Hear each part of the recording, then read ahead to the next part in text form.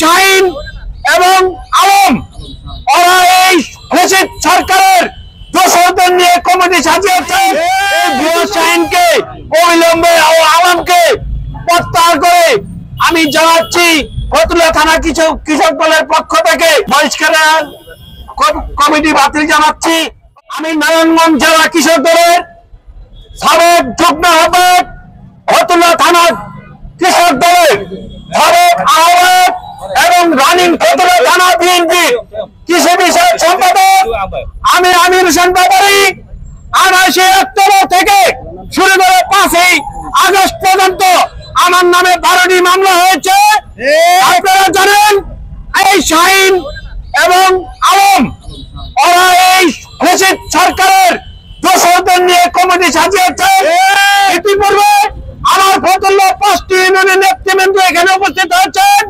Kashibari union কৃষক দলের সাবেক সভাপতি জম্মুন হোসেন, ফতুল্লা ইউনিয়ন কৃষক দলের সংগ্রামী আহ্বায়ক সভাপতি আদুর রহমান আহমেদ, বস্তাবলী ইউনিয়ন কৃষক দলের সাধারণ সম্পাদক মোহাম্মদ আলী আমাদের মাঝে উপস্থিত রয়েছেন। কুতুবপুর ইউনিয়ন কৃষক দলের সংগ্রামী সদস্য সচিব লতিফ ভাই আমাদের মাঝে 45টি ওয়ার্ডের নেতৃবৃন্দ এখানে উপস্থিত হয়েছেন।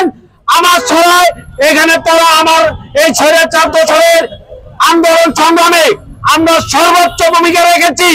আমি নিজে মামলা খেয়েছি। 28 তারিখে আমার বস্তাবলী ইউনিয়ন কৃষক দলের সহসভাপতি জাকিরকে নিখোঁজ করা হয়েছে।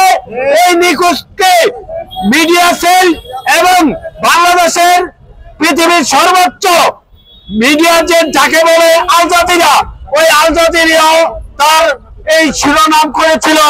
আপনারা জানেন আমাদের কি অপরাধ, আমাদের একজন তৃণমূল কর্মীকেও এই টিমের এখানে তার জন্য এই শাহিন, এই ভুয়া শাহিনকে অবিলম্বে ও আলমকে প্রত্যাহার করে আমি জানাচ্ছি ফতুল্লা থানা কৃষক দলের পক্ষ থেকে বহিষ্কারের কমিটি বাতিল জানাচ্ছি।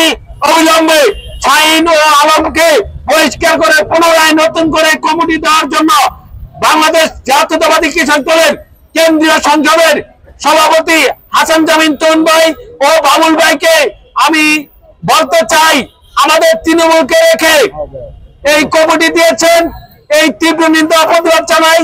আপনারা পাশাপাশি নারায়ণগঞ্জ তৃণমূলকে একটু খেয়াল করবেন। আমরা সকল থেকে নেতৃবৃন্দকে নিয়ে আমরা আন্দোলন সংগ্রাম করছি। আগামীতে কেন্দ্রে আমরা অবস্থান নেব এই আশা ব্যক্ত আমার বক্তব্য শেষ করলাম। আল্লাহ হাফেজ। বাংলাদেশ জিন্দাবাদ, বাংলাদেশ জাতীয়তাবাদী দল জিন্দাবাদ।